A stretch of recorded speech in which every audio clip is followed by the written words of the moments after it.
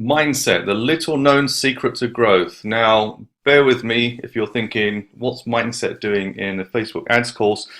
But let me tell you something. If you don't get your mindset right for testing, for scaling, and knowing where your limits are in terms of risk and reward, you will lose a lot of money very quickly with Facebook ads. If you don't believe mindset is that important, then go ahead and do your testing, do your scaling. But really, I really want you to bear in mind some of the points in this video and things you need to watch out for in order to be as successful as you can be. Wouldn't you want to minimize your losses? So let's talk about one of the kind of core principles I think has helped me to scale and understand how Facebook ads work. Now, go back to 2008, around that time, I started playing around with foreign exchange trading, currency pairs, day trading, etc. So I was buying and selling on the market. I will caveat that this was all in a test account. I never managed to go live. Made too many losses in a test account to actually be able to take it live and make money from it. But the 6 to 9 months I spent playing around with it was a great learning place to actually understand how the real world works in terms of buying and selling and auctions, and about the kind of speculation and unpredictability of how things work in a marketplace. So if you look at the graph here on the right hand side, it's a typical graph that you'd be looking at when you're doing day trading. So the general line dictates where the final price ends up, but you can also see with the green and the red candle bars where the price went in a given period. So for example, these are days, and you can see the highs and lows and whether the day ended up in a profit or a loss based on gains or losses. So a green means that it started off low and then it ended high. The red means that it started off high and then actually ended low. So you can kind of trace that pattern all the way through. But one of the key things that you learn with day trading is what your stop loss is and when you should be ready to enter, or in our case with Facebook ads, ready to scale up. Get those two things right and you will minimize your losses and you'll maximize your profits as you're scaling up your ads.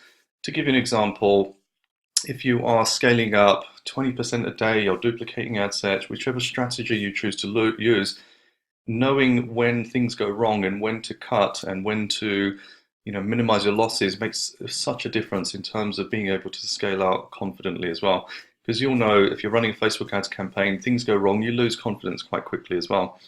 And being able to spot the trends in your data and know when and how to react is so crucial as well. And as with any kind of marketplace, there are forces outside of your control which will have an impact on your day-to-day analysis and your day-to-day scaling of the account as well. So it may be that a big brand has put a lot of money into targeting your core audience and your costs rise, and maybe your conversion rate goes down because a whole batch of competitors have come in, or there's some other factors within Facebook that you haven't taken into account. So as much as we talk about campaign structure and funnels and optimizations and things like that, there is also a lot outside of your control. And this is why you need to be monitoring your account on a daily basis. For me, when I'm spending, 5 figures a day, I'm monitoring it multiple times in the day. You need to be keeping an eye on your metrics and know when and how to react as well. So I want to talk about the risk and reward mindset. So this is about how much are you willing to risk and how fast are you willing to scale up. If we look at this 2x2 matrix here, what I've done is to put together from left to right the bid increase velocity, so how quickly are you increasing your bids, your budgets, etc. And from bottom to top, what kind of reward you are likely to expect.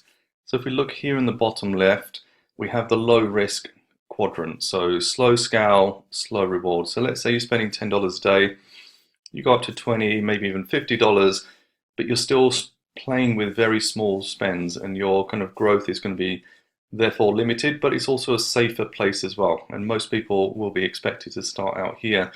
But then the question is like, where do you go next? So if you're in the low risk area, you're scaling really slowly, if at all, and now you're super excited. You think you found a killer product, or your categories are going really well, and you now want to start to scale a lot faster, what often happens and where a lot of people fall over is they start scaling really quickly and they're not getting the reward they're expecting because they don't have the right controls in place and they're not using the right strategies to scale up and looking at the right metrics to know when also to scale down as well.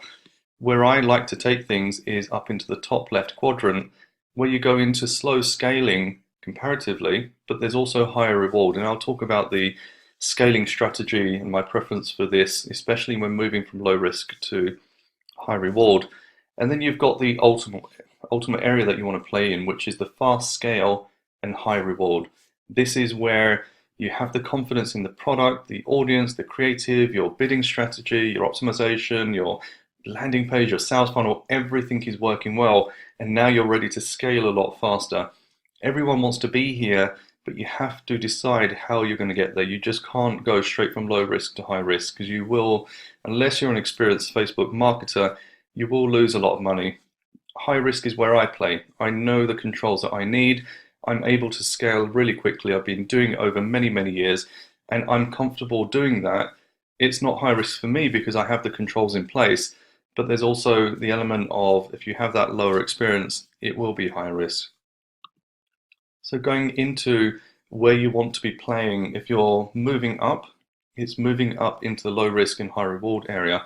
And then if you're comfortable moving up into the high risk and high reward. And so what I kind of try and define is start off in the beginner mode. So beginner mode is you've got a spend that you're comfortable spending, you're comfortable losing in terms of testing and getting the return back on validating products, audiences, creatives. But then you move into the controller state. If you are starting to scale out, having a bit of control over what you're doing and learning as you go along will help you in the kind of times when things are not working so well.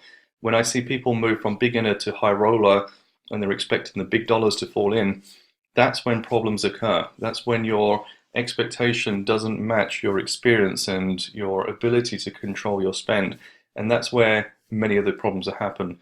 And I tell people to avoid this area in the bottom right, where you're increasing your budget so quickly, but you don't have the controls in place, you don't have the structure, the landing pages, etc., and you're just going to waste money. So use the kind of controlled way of scaling up. Get to know your metrics, get to know your account as well.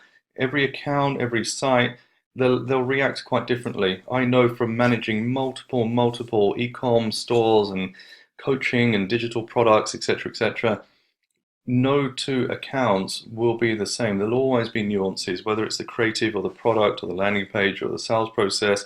There's always something that will just have a slight difference, which means even two very similar e-commerce businesses will react in different ways to performance as well. And so even I will move, especially with new accounts, from beginner to the controller. I want to learn and understand the pulse of the account as I go on, and then I'm ready to move off into high roller. I've got my controls in place. I'm confident in my audiences, my creatives, my targeting, my bidding, etc. And I'm able to scale up. And part of this course is to teach you and support you in becoming a controller, knowing your metrics, knowing your scaling strategy for your mindset, and then moving into the high roller strategies.